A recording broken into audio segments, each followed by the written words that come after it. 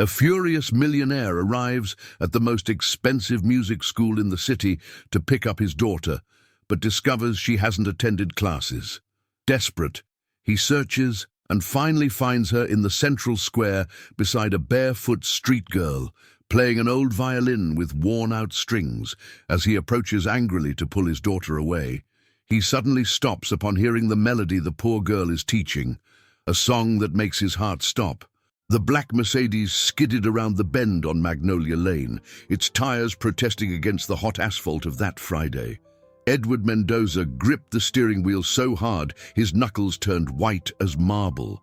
His heart pounded wildly, each beat echoing in his ears like war drums. Where was Sophia? Where was his little girl?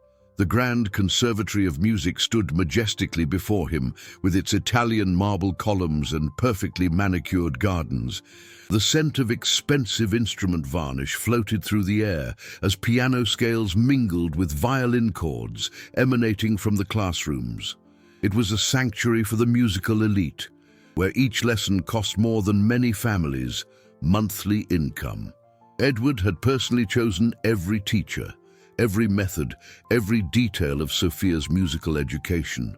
His steps echoed down the main corridor like hammers.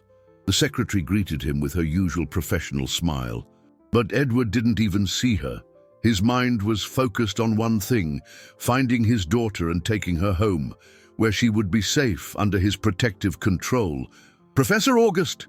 Edward barged into the violin room without knocking. The grey-haired man looked up, surprised by the sudden intrusion. "Mr. Mendoza, what a surprise. I thought you'd be picking Sophia up only at 5. Where is she?" Edward's voice came out rougher than he intended. "I need to take her now." The professor blinked, confused. "But Sophia didn't come today, sir.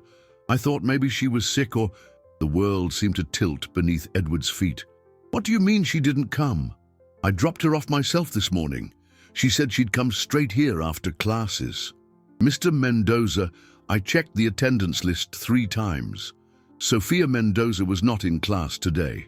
The professor showed an impeccably organized planner. "I tried to call to confirm, but..." Edward didn't wait for the explanation. He ran out into the corridors, his expensive Italian shoes striking furiously against the marble floor. His mind raced in 1,000 different directions. Sophia was an obedient girl. She would never miss classes without telling anyone. Something was wrong, terribly wrong. The afternoon sun blinded him momentarily when he exited the building. His hands trembled as he dialed the number for Sophia's regular school. The principal confirmed the girl had left normally at 3 in the afternoon, carrying her backpack and the case for the new violin he'd bought in Germany. "Sophia! Sophia!" Edward yelled through the adjacent streets, ignoring the curious stares of passers-by. His $1,000 suit was soaked with sweat, but he didn't care. Nothing else existed but the desperate need to find his daughter. Running down Central Avenue, Edward felt his chest burn with every breath. Why had Sophia disappeared? Had something terrible happened? Had he failed as a protective father? The questions hammered his mind as his eyes scanned every corner, every face in the crowd. It was then that he saw her. In the town square, near the old fountain, a small, familiar silhouette was sitting on the marble steps.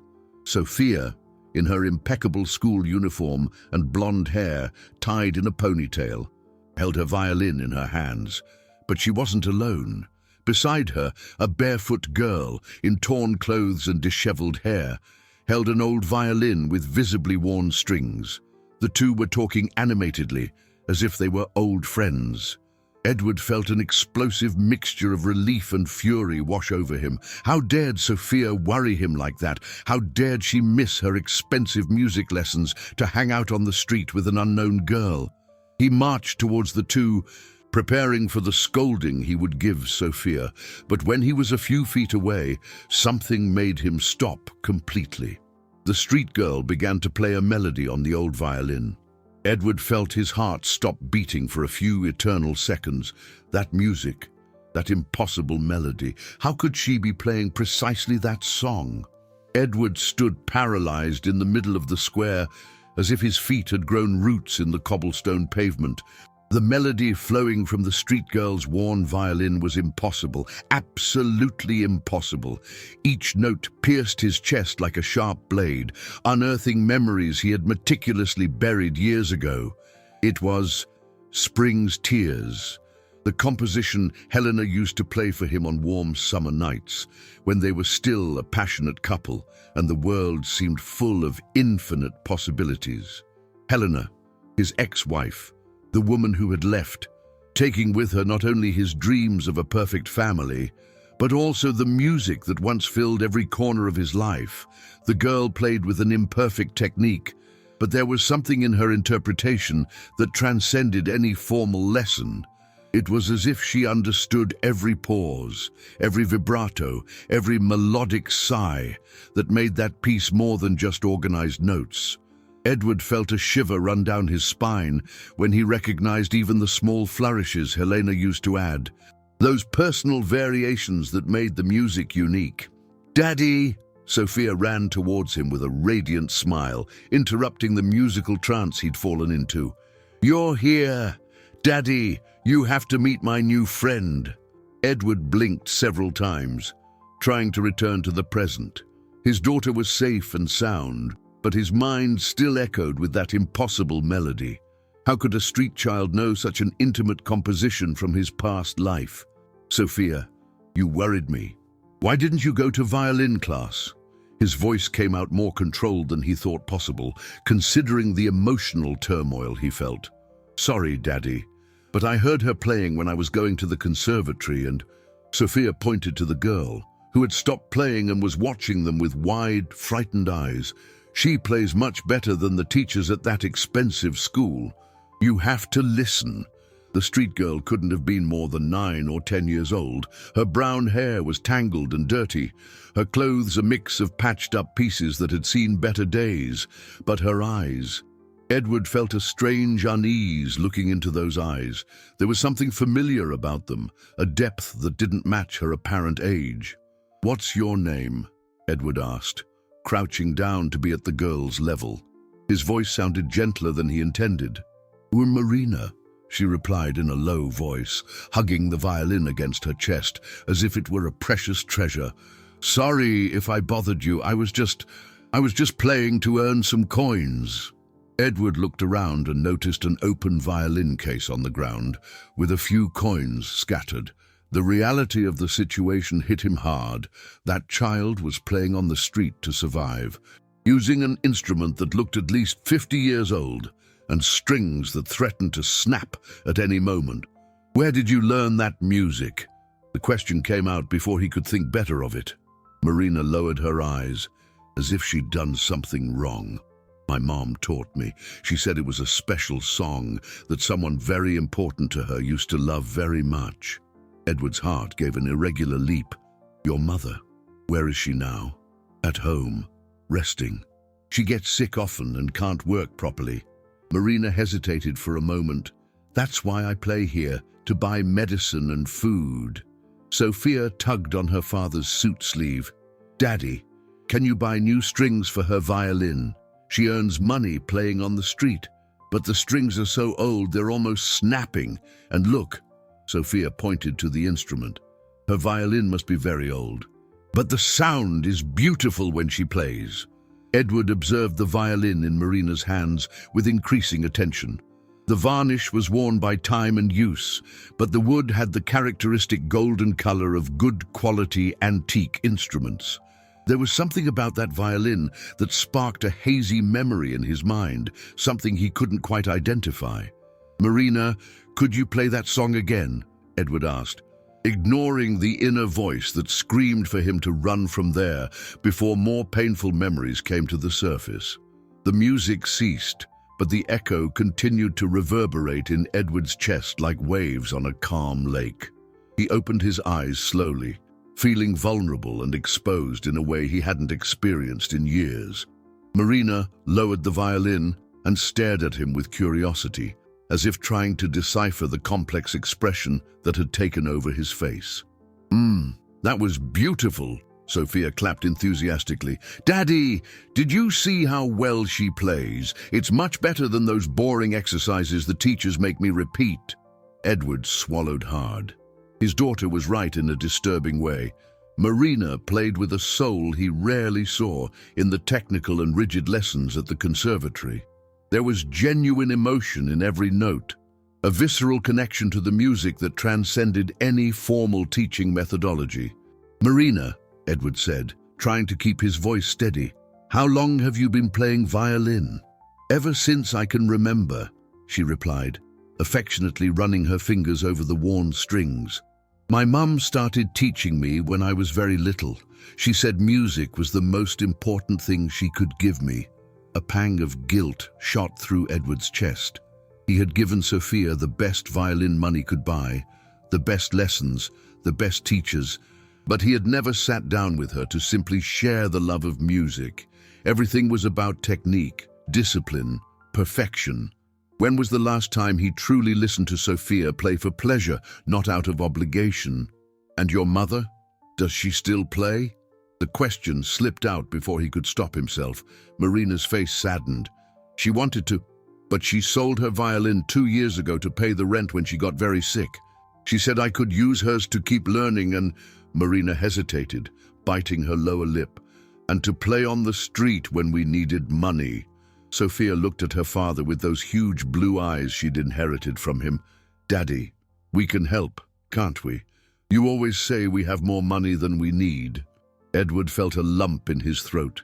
It was true that he had built an impressive financial empire, but when was the last time he had used his wealth for something beyond controlling and protecting his own family? When had he looked beyond his personal needs to see the real suffering around him? "Marina, where do you live?" Edward asked, trying to sound casual. "In St. Vincent's district near the old church." Marina replied hesitantly, as if she was afraid the information might cause problems. Edward knew the area. It was one of the poorer areas of the city, where small, poorly maintained houses huddled on narrow streets. The contrast with his mansion in the exclusive estates of the South Side couldn't have been greater. "Daddy," Sophia tugged on his sleeve again, "can you buy new strings for Marina's violin? And maybe she could come over sometime so we could play together." Sophia's suggestion hit Edward like a lightning bolt. Bringing that girl into his home would mean opening his private life to a complete stranger. It would mean stepping out of his zone of absolute control and exposing himself to variables he couldn't predict or manipulate. But there was something in Marina's eyes that prevented him from saying no immediately, a silent determination, a dignity that transcended her torn clothes and bare feet. She wasn't begging or showing self-pity. She was simply living, doing what she needed to do to survive with the only skill she possessed. "The strings," Edward said slowly. "Where can I buy suitable strings for your violin?" Marina's eyes widened in surprise. "There's an instrument shop on Commerce Street, but they're very expensive. I've been saving for months, but I haven't gathered enough money yet." Edward took his wallet from his inner suit pocket. He pulled out some bills and held them out to Marina. "Buy the strings and whatever else you need for the violin." Marina looked at the money as if it were something mystical. I can't accept it without giving anything in return." "You already have," Edward said, surprised by his own words. "You reminded me of something I had forgotten." Sophia smiled radiantly and hugged her father. "Thank you, Daddy. Now Marina can play even better." But as he watched Marina carefully put away the money, Edward felt something deeper happening there. That wasn't just an isolated good deed. It was the first step towards discoveries that could change everything he thought he knew about his life. Throughout the next week, Edward couldn't get Marina out of his thoughts. While reviewing multi-million-dollar contracts in his 40th floor office, his mind constantly returned to that impossible melody and the familiar eyes of the street girl. There was something there he needed to understand, a puzzle piece that refused to fit into his ordered understanding of the world. On Thursday, He made a decision that surprised him. He discreetly hired a private investigator. "I need information about a family living in St. Vincent's district," Edward told the middle-aged man sitting at his desk. "A woman who teaches music and her daughter, a girl named Marina." The investigator, Mr. Carter, was known for his discretion and efficiency. "Any specific information you'd like me to prioritize?" Edward hesitated. How to explain he was investigating a child because she played a song his ex-wife used to play? Just general information, financial situation, family history, that sort of thing. 3 days later, the report was in his hands. Edward read it alone in his office, with the curtains drawn and the door locked, as if he were dealing with top-secret documents. The woman's name was Eleanor Vasquez, a music teacher, graduated from the State Conservatory. She had worked in private schools until 3 years ago, when health problems began to affect her ability to keep a steady job. She currently lived off sporadic lessons and temporary work whenever her condition allowed. Edward felt his stomach clench when he read the address: Almond Tree Lane, 247, apartment 3B. It was the same street where Helena had lived right after the divorce, before completely disappearing from his life. A coincidence? Edward didn't believe in coincidences. The report continued. Eleanor had a 9-year-old adopted daughter, Marina Vasquez, officially registered 6 years ago. The girl attended the neighborhood public school when she didn't need to miss class to help with family income by playing violin on the downtown streets. Adopted. The word flashed in his mind like a warning sign. Why would a woman in financial difficulty adopt a child? And why precisely then, 6 years ago, when Helena had disappeared from his life? On Friday, Edward made another impulsive decision. He told his secretary he was leaving early and drove to St. Vincent's district. He had no specific plan, just a growing need to understand what was happening.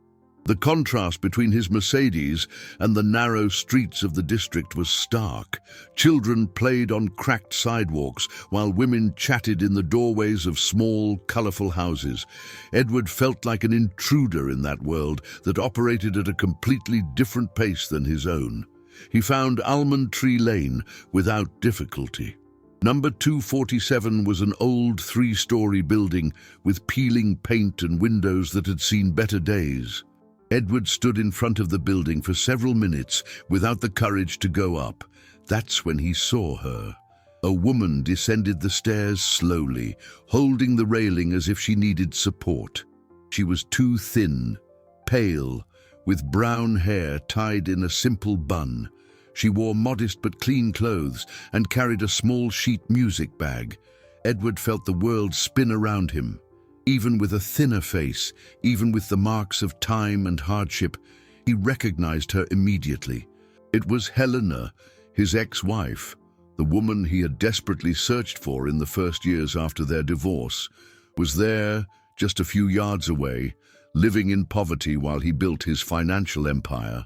Helena walked down the street without noticing his presence, heading for the bus stop. Edward followed her from a distance, his heart pounding wildly. She moved carefully, like someone carrying constant physical pain, but maintained the upright posture he remembered so well. When the bus arrived and Helena boarded, Edward stood on the sidewalk, feeling as if he'd been punched in the gut. All his suspicions were confirmed at once, but now he had even more questions than answers. If Helena was alive and living there, if she was the one taking care of Marina, then who was that girl really? Why had Helena adopted her? And why had she taught the child precisely that music that connected them in the past? Edward returned to the car with trembling hands, knowing that his organized and controlled life was about to be completely transformed. Edward spent the entire weekend locked in his home office, ignoring calls from the company and Sophia's invitations to play together. His mind was a whirlwind of memories, questions, and contradictory emotions he didn't know how to process. Helena was alive. After all these years wondering where she might be, What might have happened to her? She was just a few miles away, living in conditions he had never imagined possible. On Monday, Edward could barely concentrate in meetings. His partners noticed his distraction, but he brushed it off, claiming to be analyzing a complex investment. How could he explain he was obsessed with a woman he'd sworn to forget years ago? During lunch, he called the private investigator again. "Mr. Carter, I need more information about Eleanor Vasquez, specifically about the last 6 years of her life. Of course, Mr. Mendoza, is there anything specific that piqued your interest?" Edward hesitated. "I want to know about the girl's adoption, how it happened, when, where, all possible details." On Tuesday, the supplementary report arrived with information that left Edward even more disturbed. Marina had been found at 3 years old, abandoned in a public hospital with a note that simply said, "Please take care of her. She deserves a better life than I can offer." Helena had volunteered to temporarily care for the child through a social program, but ended up falling in love with her and initiated the official adoption process. What most intrigued Edward was the chronology. Marina had been abandoned exactly when Helena disappeared from his life. Was it a coincidence, or was there a deeper connection? On Wednesday, Edward made a decision that surprised him. He decided to talk to Sophia about the situation, at least partially. "Princess," he said when she arrived from school, "would you like to see Marina again?" Sophia's eyes lit up immediately. "Seriously, Daddy? Can I invite her to come here to our house? Actually, I thought maybe we could visit her, see where she lives, meet her mother." Sophia jumped for joy. "That's great. When can we go?" Edward felt a pang in his chest. "How about Saturday? You could bring your violin and you could play together." Throughout the week, Edward oscillated between anxiety and a strange anticipation. Part of him was terrified of the inevitable confrontation with Helena. Another part, a part he had suppressed for years, felt a painful curiosity about how she was, if she ever thought of him, if she missed the life they had shared. On Friday night, Edward was in his room trying to decide what to wear the next day when Sophia knocked on the door. "Daddy, can I come in?" She sat on the bed beside him, swinging her legs the way she did when she was smaller. "Daddy, are you okay? You seem different this week." Edward looked at his daughter, impressed once again by her perceptiveness. "Why do you ask, Princess? You sometimes stare into space, as if you're thinking about very important things. And you smile less than usual." Edward felt a pang of guilt. He had been so absorbed in his own emotional complications that he had neglected the attention he owed Sophia. "You know, Princess, sometimes adults discover things that make them rethink many things about life." Sophia studied him with her serious blue eyes. "It's about Marina and her mother, isn't it?"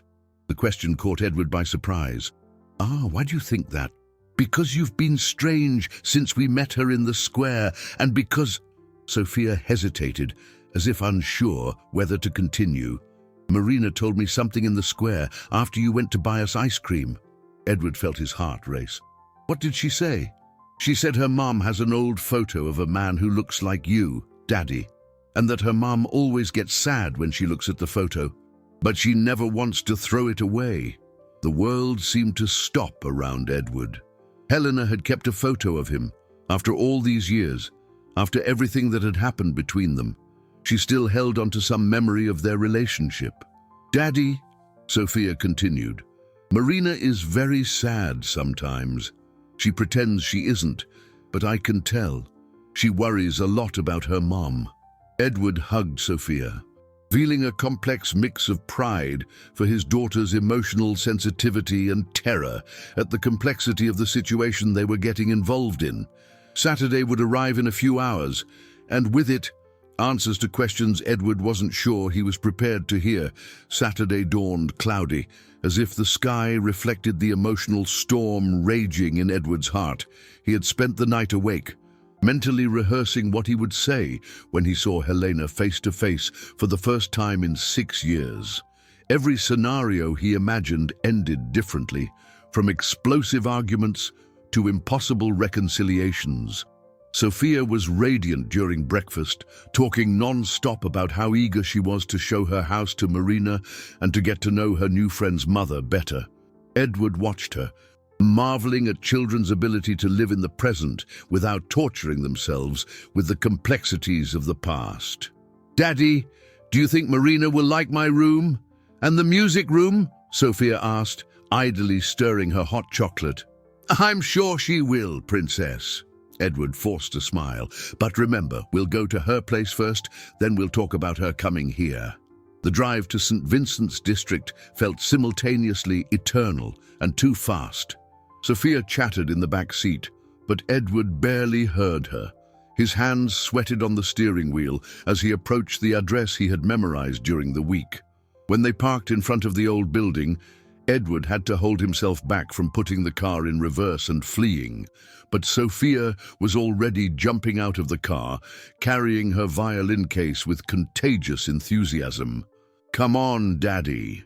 I can't wait to play with Marina." They climbed the narrow stairs to the 3rd floor. Edward felt each step like a mountain he had to climb. The hallway smelled of cheap cleaner and homemade food, a mix of aromas that transported him to a time in his life when he didn't have enough money to worry about brands or status. Sophia knocked on the door of apartment 3B with 3 lively knocks. Slow footsteps approached from the other side. Edward heard a familiar voice, weaker than he remembered, asking who it was. "It's Sophia, Aunt Eleanor, and my daddy came too." The silence that followed lasted an eternity. Edward could imagine Helena on the other side of the door, processing what she had just heard, trying to decide whether or not to open it. The door opened slowly. Helena was even thinner than Edward had seen on the street during the week. Her face was pale, but her eyes were still the same ones he had loved so many years ago. For a moment, neither of them could speak. "Edward," she said finally, her voice a whisper full of contradictory emotions. "Hello, Helena." Marina appeared running behind Helena, her face lighting up when she saw Sophia. "Sophia, you came, and you brought your violin." "I did. Can we play together?" Sophia replied, seemingly oblivious to the palpable tension between the adults. Helena stepped back, making space for them to enter. "Please, come in. Excuse the... Well, I wasn't expecting visitors." The apartment was small but carefully tidied, simple but clean furniture, a few plants on the window trying to capture the little sun that managed to get through the nearby buildings. On the wall, Edward noticed several photos of Marina at different ages, and there, in a discreet corner, a small frame he recognized instantly. It was a photo of them together, taken one spring afternoon years ago, when they still believed that love would be enough to overcome any obstacle. "Can I offer you coffee? Water?" Helena asked, her hands trembling slightly. "Coffee would be good," Edward replied, though he wasn't sure he could swallow anything.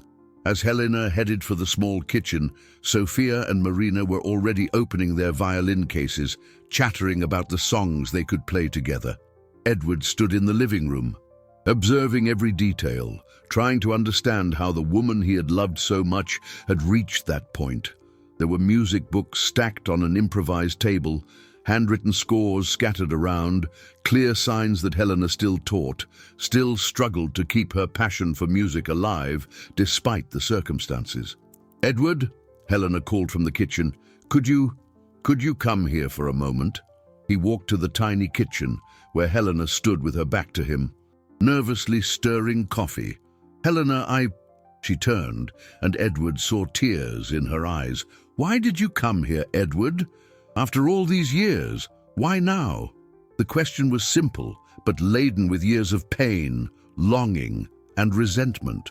Edward realized that all the answers he had rehearsed seemed inadequate in the face of the raw vulnerability he saw on Helena's face. "Because," he said slowly, "Marina plays our song." Helena dropped the spoon she was holding, and the metallic sound echoed through the small kitchen like a gunshot.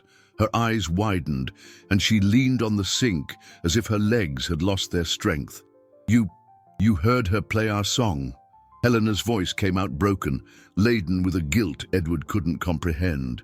"Helena, how is it possible?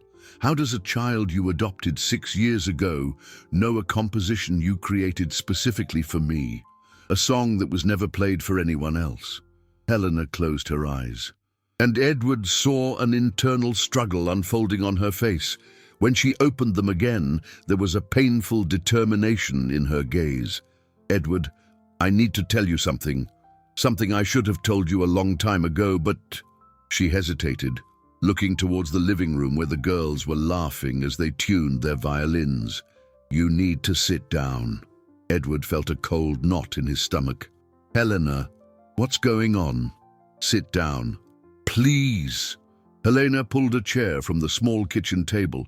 Marina isn't just any child I adopted." Edward's heart began to pound wildly. "What do you mean?" Helena took a deep breath, like someone about to jump off a cliff. "Marina is my biological daughter, Edward, my real daughter." The world seemed to stop around Edward. "Your daughter? But the report said she was abandoned, that you adopted her." "I lied to the social workers. I created a false story to protect her." Tears began to roll down Helena's face. "Marina was born 2 years after our divorce. Her father didn't want to take responsibility, and I was alone, trying to rebuild my life." Edward felt as if he'd been punched in the gut. "You had another daughter and never told me. Helena, we were—" "No!" Helena interrupted him, her voice rising. "Edward, you don't understand. Marina isn't another man's daughter." The sentence hung in the air between them like a bomb about to explode. Edward blinked several times, trying to process what Helena had just said. "What do you mean?" His voice came out as a whisper. Helena was openly weeping now. "Edward, Marina is our daughter. Your daughter. Our daughter who was born after we separated, but who was conceived before the divorce was finalized." The floor seemed to disappear beneath Edward's feet. He clutched the table, feeling dizzy. "That's impossible. If she were my daughter, you would have told me. I found out I was pregnant 3 months after you left home," Helena said, sobbing. "Remember that last night we spent together, before the final fight about work, about how we were drifting apart? I discovered the pregnancy when the divorce papers were already being processed." Edward felt as if he was in a terrible dream. "Why didn't you tell me? Why did you hide this from me?" "Because you had made it very clear you wanted nothing more to do with me. Because when I tried to call you, your secretary said you had given orders not to accept my calls. Because you changed your address, your phone number, disappeared from my life as if I were a virus you needed to eliminate." Helena's words hit Edward like stabs. He remembered giving those instructions to his secretary, remembered moving to avoid any contact with Helena. At the time, he thought it was the only way to move on, not to succumb to the pain of the relationship that had ended. "Helena, I didn't know." "Of course you didn't know, because you didn't want to know." Helena turned, wiping her tears with the back of her hand. "I tried, Edward. I tried several times to find a way to tell you, but you had built such a high wall around yourself that it was impossible to reach you." Edward looked towards the living room, where Marina, his daughter, was laughing with Sophia. Everything started to make sense now. The familiar eyes, the way she held the violin, the natural connection he had felt with her from the very first moment. "Why doesn't she know?" Edward asked, his voice hoarse with emotion. "Because I didn't want her to grow up feeling rejected by a father who didn't even know of her existence. I told her her father had died before she was born." Helena wiped her face with a dishcloth. "And because part of me was afraid that if you found out, you'd try to take her away from me." Edward remained silent for several minutes, listening to the sound of the 2 girls playing violin in the living room. His mind tried to reorder 6 years of life in light of this devastating revelation. Edward, Helena said softly. I know this is a lot to process at once, but now that you know, what do you plan to do? Edward remained silent for long minutes, trying to absorb the magnitude of the revelation. His mind alternated between anger, guilt, sadness, and an overwhelming confusion that threatened to destroy all the certainties he had built about his life in recent years. 6 years, he murmured, more to himself than to Helena. 6 lost years. 6 years in which my daughter grew up without knowing who I was, in which she endured hardships I could have prevented. Helena flinched slightly. Edward, you took away my right to be her father from birth. Edward's voice rose, laden with a pain he could no longer contain. You decided alone that I didn't deserve to know I had another daughter. Lower your voice, please, Helena pleaded, looking nervously towards the living room. The girls!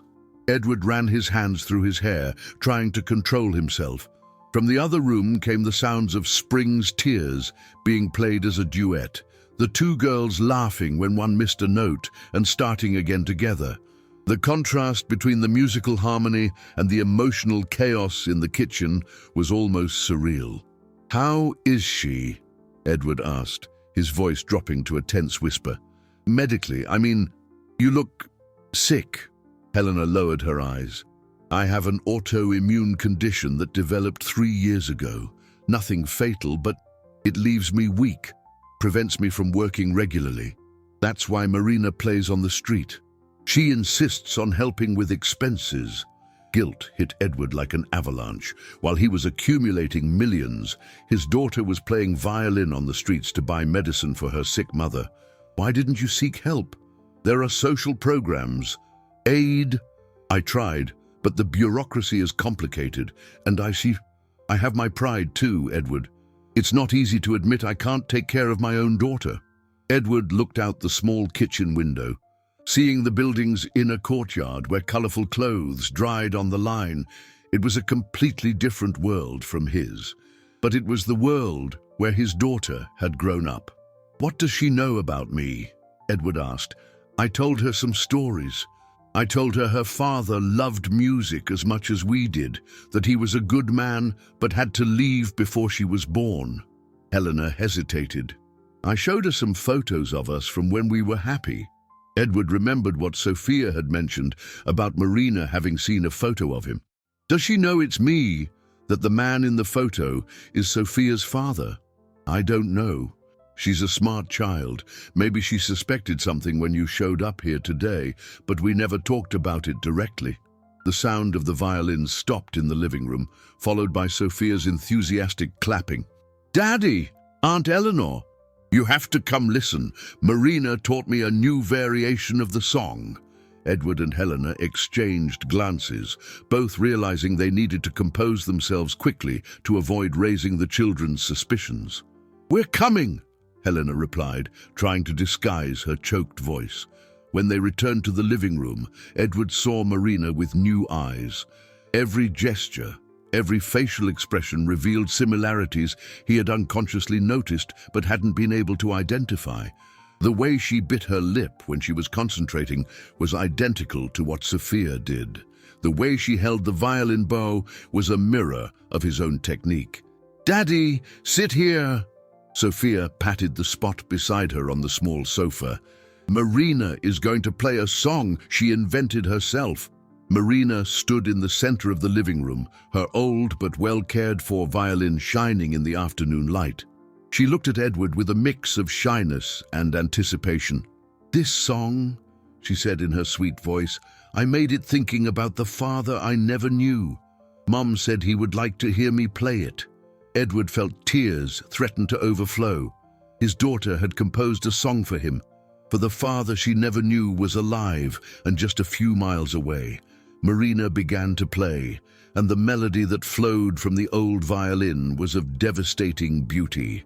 It was a simple but deeply emotional composition, full of longing and hope at the same time. Edward recognized in it echoes of Spring's Tears, but transformed by the innocent perspective of a child who dreamed of an idealized father. When Marina finished, the silence in the room was heavy with emotions that none of the adults knew how to express. "That was the most beautiful thing I've ever heard," Sophia said, clapping enthusiastically. "Marina, you're amazing. Daddy, isn't she amazing?" Edward had to clear his throat before he could speak. It's very beautiful, Marina. You have extraordinary talent." Marina smiled timidly, putting the violin back in its worn case. "Thanks. Mom helped me with some chords, but I invented the main melody myself." Helena watched the scene with teary eyes, seeing father and daughter interacting without Marina knowing their true connection. Edward noticed Helena's gaze and felt a complex mixture of gratitude and resentment. Gratitude for her raising such a talented and sensitive daughter, resentment for having been deprived of participating in that process. "Marina," Edward said, his voice still a little hoarse, "would you like to show me where you and your mom live? Sophia told me you have interesting music books."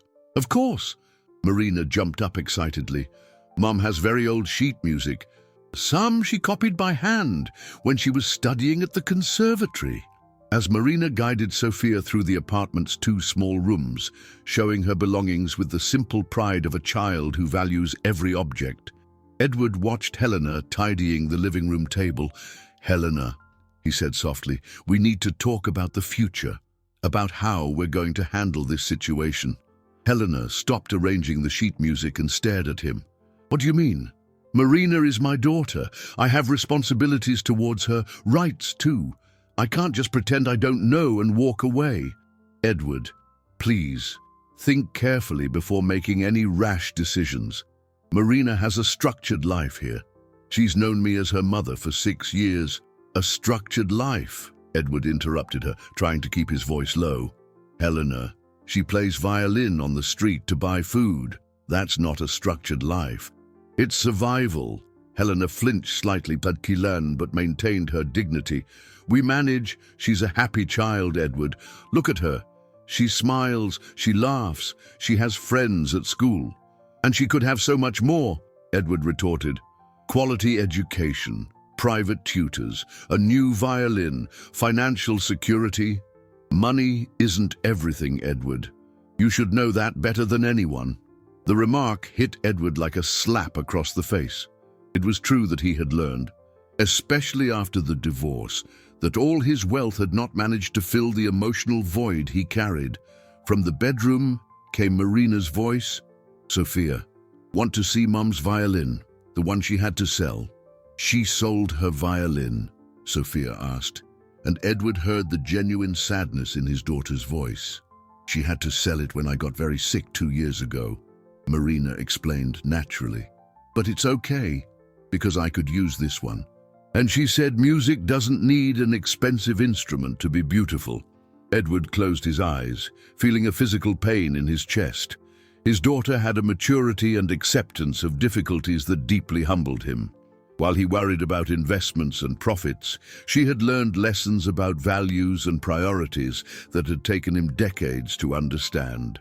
"Helena," he said, his voice softer now, "I'm not trying to take Marina from you. I would never do that. But I need to be a part of her life somehow. I need to make up for lost time." Helena studied him for a long moment. "And how do you intend to do that without revealing who you really are? Marina will ask questions if you suddenly appear in her life as a paternal figure." Edward had no immediate answer for that. How to explain to a 9-year-old child that the father she thought was dead was alive and had spent the last years living a luxurious life just a few miles away? Maybe we can start slow," he suggested. "As a family friend. Sophia has already formed a bond with Marina. That would be natural. And then we'll see. Maybe there will come a time when she's ready to know the truth." Helena nodded slowly. "Edward, if you truly want to be part of her life, you need to understand that it can't just be when it's convenient for you. You can't show up for a few weeks and then disappear again. Marina has already experienced enough abandonment." "I understand," Edward said, though he wasn't sure if he truly understood the full extent of the commitment he was making. Sophia and Marina returned to the living room, carrying an old photo album. "Aunt Eleanor, can I show Daddy the photos of when Marina was a baby?" Sophia asked.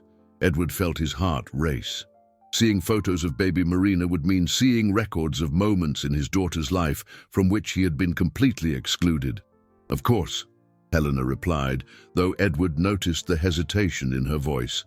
Marina opened the album on the coffee table, and Edward approached. The first photo showed a small baby in Helena's arms, both in a simple hospital room. Edward recognized Helena immediately, though she looked younger and more fragile than he remembered. "This is when I was born," Marina explained proudly. "Mom said I was a very quiet baby, who hardly ever cried." Edward looked at the photo, seeing his newborn daughter for the first time 6 years after her birth.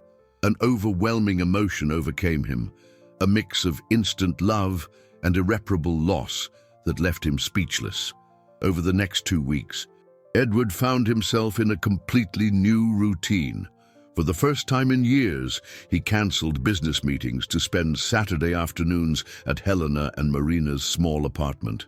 Officially, he was helping Sophia develop a healthy friendship. In reality, every moment there was a precious opportunity to get to know the daughter whose first 6 years of life he had missed. Edward discovered that Marina was a fascinating child. She had a natural curiosity about everything, asking questions that often caught him off guard. One afternoon, while helping Helena glue sheet music, Marina asked, "Mr. Edward, why do you get sad sometimes when I play the violin?" The question left him speechless for several seconds. "I'm not sad, Marina. I'm moved. Your music reminds me of important things." "What kind of things?" Edward looked at Helena, who was pretending to concentrate on the sheet music, but clearly listening to every word of the conversation. "It reminds me that music has the power to connect people, even when they are far apart." Marina nodded seriously, as if she perfectly understood what he meant. "Mum always says that when I play, it's like I'm talking to people I can't see." The girl's simple wisdom constantly surprised Edward. She had developed a philosophy of life that many adults took decades to achieve, if they ever did. During the 3rd week, Edward made a decision that would change everything. He offered to pay for a private violin tutor for Marina, not as charity, he quickly explained when he saw the expression of wounded pride on Helena's face. As an investment in the talent of an exceptional child. Sophia would also benefit from having lessons with Marina. Helena hesitated for several days before accepting, "But the lessons have to be here, at home. I don't want Marina to feel out of place in environments very different from hers," Edward agreed, although that meant transforming the apartment's small living room into an improvised music studio. He hired Professor August, the same one who taught Sophia at the conservatory, for weekly home sessions. The first joint lesson was a revelation. Edward watched, fascinated, as Marina and Sophia played a simplified version of a classical duet together. The difference in their techniques was striking. Sophia had technical precision and formal discipline, but Marina had something that couldn't be taught, a deep emotional connection to every note. "Marina has an impressive natural gift," Professor August commented to Edward after the lesson. "In 6 months, with proper training, she could be playing pieces that took Sophia years to master." Edward felt a paternal pride he didn't know could exist. His daughter was not only talented, she was exceptionally talented. It was that same week that Marina asked a question that changed everything. They were organizing the sheet music after a lesson when Marina casually said, "Mr. Edward, you remind me of someone." Edward felt his heart race. "I do?" "Yes, you hold the bow the same way I do. And when you smile—" Marina hesitated, as if trying to organize her thoughts. "You smile just like the man in the photo Mom keeps." The silence in the room was absolute. Helena dropped the sheet music she was holding. Sophia stopped tidying her violin, and Edward felt as if the air had been sucked from his lungs. "What photo, dear?" Helena asked, her voice trembling slightly. The photo of my dad, the one you keep in your bedroom drawer but think I haven't seen. Marina looked innocently from Edward to Helena. Mom, why did you never tell me you knew Sophia's daddy? Edward saw Helena turn drastically pale. Marina's seemingly simple question had exposed a truth they had carefully tried to hide. Marina, dear, Helena began, but her voice failed. Sophia, who had been following the conversation with growing surprise, suddenly exclaimed, Marina, you think my daddy looks like your daddy in the photo? Marina nodded, still not understanding why the adults seemed so disturbed. Very similar, in fact. She tilted her head, studying Edward carefully. Sometimes I think they're the same person. Edward felt he had reached a point of no return. Marina's natural innocence had discovered in a few weeks what they thought they could hide indefinitely. He looked at Helena, seeing in her eyes the same panic he felt.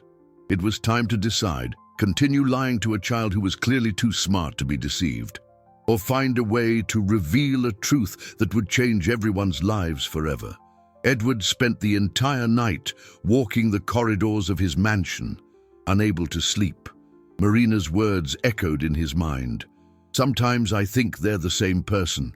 The innocence with which she had said it made everything more devastating. His daughter was starting to unravel a mystery on her own that the adults around her had created to protect her. The next morning, Edward called Helena. Ed, we need to talk, without the children. Helena reluctantly agreed to meet him at a small cafe near her home. When Edward arrived, she was already there, nervously stirring a cup of coffee she seemed not to have touched. Helena, we can't put off this conversation any longer, Edward said, sitting opposite her. Marina is making connections.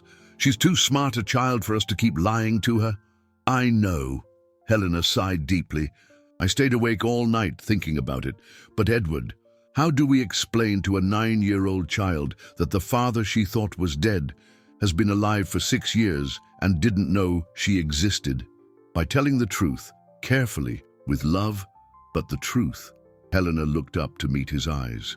And then, Marina will want to know why you never looked for her, why you let us live in hardship while you had the resources to help.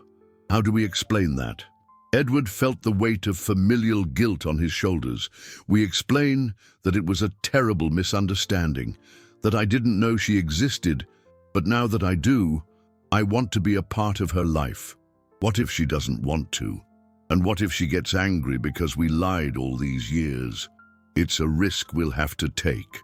Edward reached his hand across the table, lightly touching Helena's. But continuing to lie is worse. Marina deserves to know who her father is. Helena remained silent for several minutes, watching the movement of people on the street through the cafe window. There's one more thing you need to know before we decide to tell her the truth, Helena finally said. Edward felt a cold knot in his stomach. What? My health condition? It's getting worse.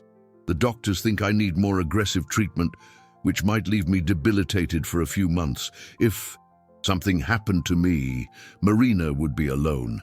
The revelation hit Edward like a lightning bolt. Helena, why didn't you tell me this before? Because I didn't want you to feel obligated to care for Marina out of pity or guilt. I wanted it to be a genuine choice. Edward fell silent, processing the information. If Helena became incapacitated, Marina would need constant care, and there was no one else in their lives who could take on that responsibility. When do you need to start treatment? Next week. Edward ran his hands through his hair, feeling the immense weight of the situation. Helena, regardless of the treatment, Marina needs to know the truth. She has the right to know her father before anything happens. Helena nodded slowly. You're right. But Edward, promise me one thing. What? If we're going to tell her the truth, it has to be forever. It can't just be until I recover and you decide your life was simpler without these complications. Marina has already experienced enough abandonment. Edward looked into Helena's eyes and saw the woman he had loved years ago, the mother who had fought alone to raise their daughter with dignity despite all the hardships. I promise, Marina is my daughter, Helena. I will never abandon her again. They decided to tell the truth the following Saturday, when both girls would be together at the apartment. Edward spent the next few days mentally rehearsing how he would explain the situation, but every phrase he formulated seemed inadequate for the magnitude of the revelation. Saturday arrived sunny, as if the universe ironically decided to create a cheerful backdrop for one of the most difficult conversations of Edward's life. When he arrived at the apartment, Marina ran to open the door as she always did. "Mr. Edward, Sophia isn't here yet, but Mom said we can play while we wait." Edward smiled, seeing his daughter so animated and innocent, without imagining that her life was about to change completely. "Marina, sweetie," Edward said, crouching down to be at her level. "Before we play, your mother and I need to talk to you about something very important." Marina tilted her head, curious. "About what?" Edward looked at Helena, who nodded encouragingly. "About who I really am." Marina looked from Edward to Helena, her large eyes showing more curiosity than concern. "About who you really are. Aren't you Edward, Sophia's daddy?" Edward felt as if he was on the edge of a cliff, about to jump without knowing if there was a safety net below. Helena approached and sat on the sofa, motioning for Marina to sit beside her. "Marina, sweetie," Helena began, her voice trembling slightly. "I'd remember when you asked me about your father, and I told you he had passed away before you were born." Marina nodded, still not understanding where the conversation was heading. "Well, we didn't tell you the whole truth." Helena took Marina's small hands in hers. "Your father didn't die, Marina. He just didn't know you existed." Marina frowned, trying to process the information. "Didn't know I existed? What do you mean?" Edward slowly approached, feeling each heartbeat like a drum in his ears. "Marina, do you remember the photo your mother keeps? The photo of the man you said looks like me?" "Yes," Marina replied hesitantly, beginning to understand that something very important was happening. "That man in the photo is me, Marina. I am your father." The silence that followed was absolute. Marina looked from Edward to Helena, then back to Edward, as if trying to solve a complex puzzle. "You're my daddy." Her voice came out as a whisper. "Yes, sweetie, I am your daddy." Marina remained motionless for several seconds, processing the revelation. Then, to Edward's surprise, she neither cried nor screamed. Instead, she asked with the simple logic of a child, "But why did Mom say you had died?" Helena took a deep breath.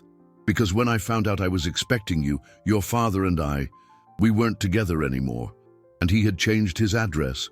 His phone number disappeared from my life. I tried to find him to tell him about you, but I couldn't. And Edward added, his voice laden with remorse, "I was so angry and hurt by the end of our relationship that I told my secretary not to accept calls from your mother. I built walls around myself and ended up preventing her from telling me about you." Marina slowly absorbed the information. "So you two didn't abandon me on purpose?" "Never." "Sweetie," Edward said, kneeling before her, "if I had known you existed, I would have been by your side from day one." Marina remained quiet for several minutes, looking at her own hands. Edward and Helena waited in agonizing silence, unsure of the girl's reaction. Finally, Marina looked up at Edward. Can I call you Daddy?" Edward felt tears welling up in his eyes. "Of course you can, my daughter. Of course you can." Marina slowly stood up and walked to Edward. She hugged him hesitantly at first, then more tightly as he enveloped her in his arms. "Daddy," she murmured against his chest, "are you going to leave again?" "Never again, Marina. I'll never leave you again." It was at that moment that Sophia arrived. Running through the door Helena had left ajar. She stopped in the middle of the living room, looking at the scene before her with surprise. "Marina, why are you crying? Did something happen?" Marina pulled away slightly from Edward, but continued holding his hand. "Sophia, I found out something amazing. Your daddy is my daddy too." Sophia's eyes widened. "What do you mean?" "We're sisters, Sophia, real sisters." Sophia looked from Marina to Edward, trying to understand. "Daddy, is it true?" Edward nodded, extending his free arm to Sophia. "It's true, Princess. Marina is your sister." Sophia ran to join the hug, and Edward found himself enveloped by both daughters, feeling a completeness he had never experienced before. "Does that mean," Sophia said excitedly, "that Marina can come live with us now, and we can play violin together every day?" Edward looked at Helena over the girls' heads. They hadn't yet discussed the practical aspects of the situation, but Edward knew that, regardless of the details, his life had changed irreversibly. "We'll talk about all of that," Edward said. "But the important thing is that now we are a family." Marina looked up and smiled through her tears. "A real family. A real family," Edward confirmed, finally understanding what that word truly meant. The next 2 months were an emotional roller coaster of adjustments, discoveries, and the healing of old wounds. Edward insisted that Helena immediately begin appropriate medical treatment at a top-tier private clinic, assuming all costs without accepting arguments. "It's not charity, Helena," he said when she tried to protest. "It's responsibility. Marina needs a healthy mother, and I need you to be well too." During the weeks Helena was hospitalized for intensive treatment, Marina stayed at Edward's mansion. The adjustment was not easy. The girl, accustomed to the simplicity of the small apartment, initially felt lost in the enormous rooms and luxuries that Edward considered normal. "Daddy," Marina said one morning, finding Edward in his office, "can I sleep in Sophia's room? My room is too big, and I get scared at night." Edward realized there was much more to being a father than simply providing material comfort. Marina needed emotional security, human closeness, constant affection, things money couldn't buy. Sophia became the perfect bridge between the two worlds. She helped Marina adapt to the new reality, while unconsciously teaching Edward to be more flexible and less controlling. Seeing the two girls share a room, creating a bond of true sisters, Edward understood that family wasn't about rigid rules, but about mutual adaptation and unconditional love. The most challenging moment came when Marina had her first bout of homesickness for Helena and the simple life she knew. Edward found her crying in the garden one afternoon, holding the old violin against her chest. "I want to go home, Daddy. I want my small house. I want Mom. I want everything back the way it was." Edward sat beside her on the grass, remembering how Helena used to comfort him years ago when he was stressed with work. "Marina, can I tell you a secret?" She nodded, wiping her tears with the back of her hand. "When I was a kid, I also lived in a small house. And guess what? Some of my happiest memories were in that small house, not this big one. Really, really, home isn't about size. It's about love.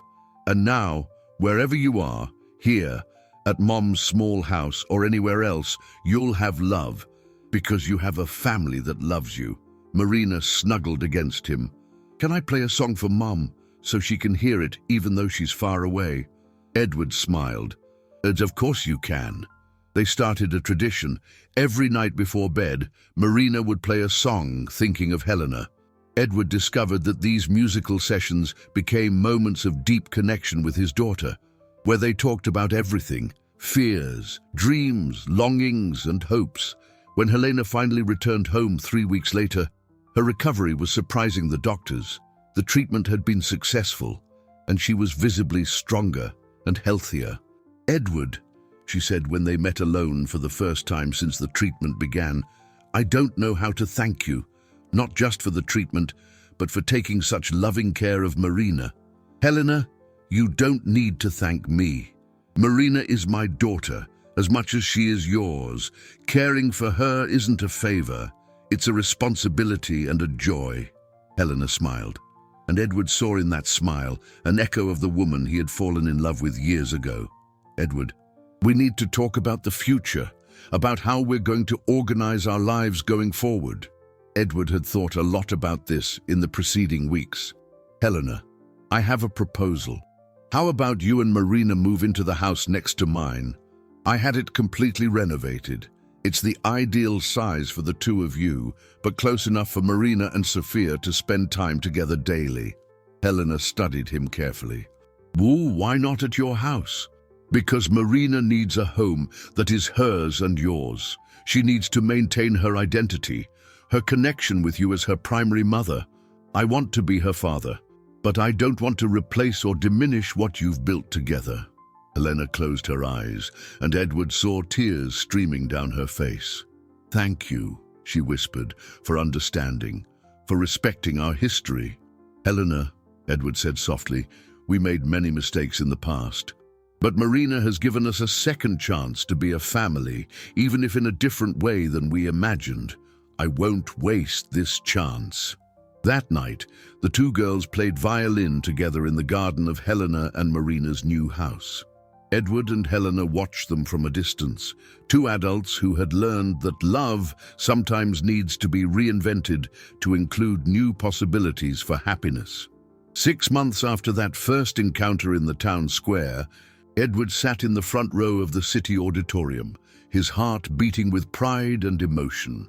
On stage, illuminated by golden spotlights, Marina and Sophia played a duet they had composed themselves, a perfect fusion of Spring's Tears with original melodies that represented their individual journeys until they became sisters.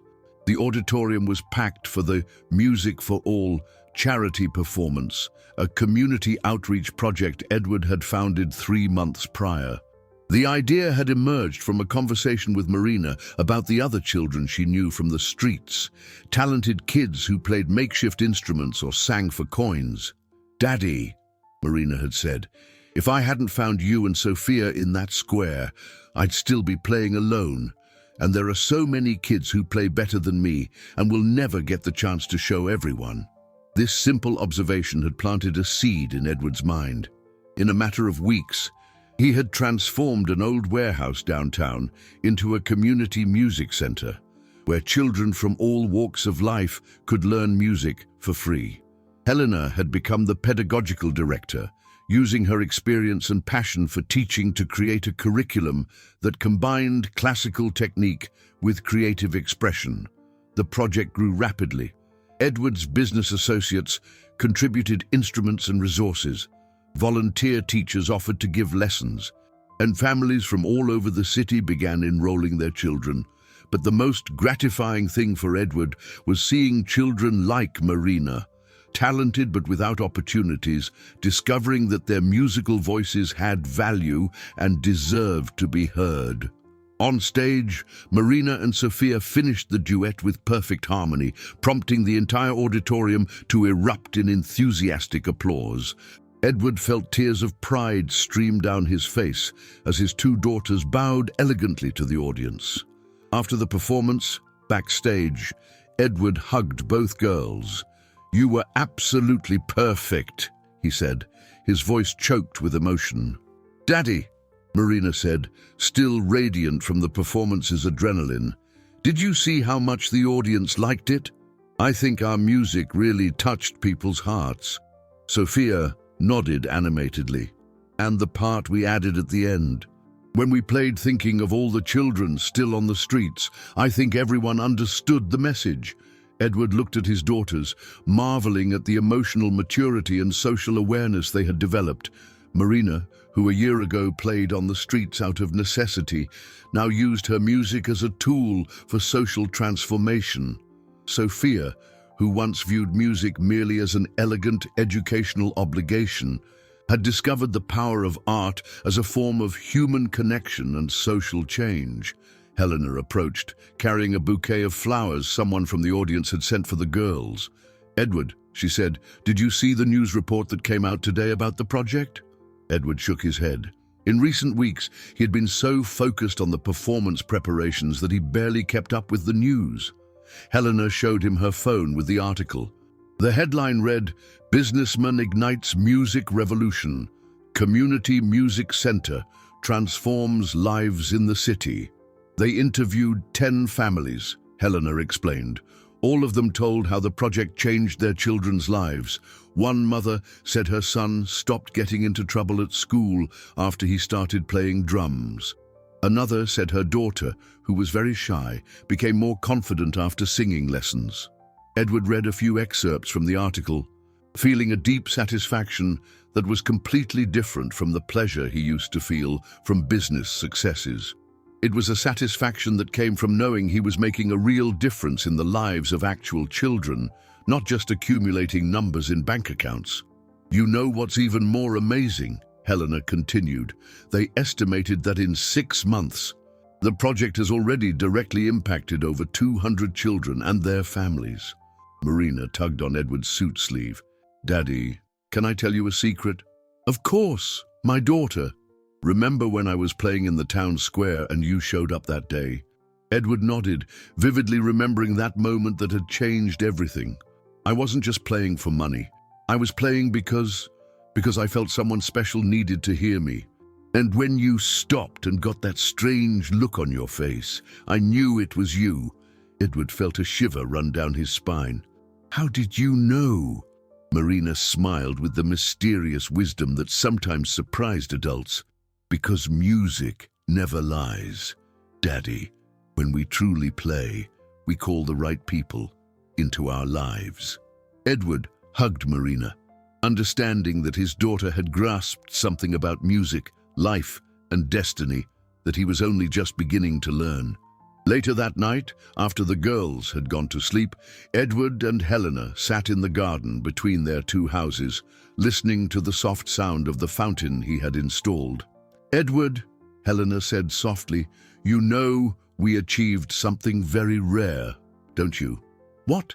We transformed a story that could have been about regret and lost opportunities into a story about second chances and families reinventing themselves.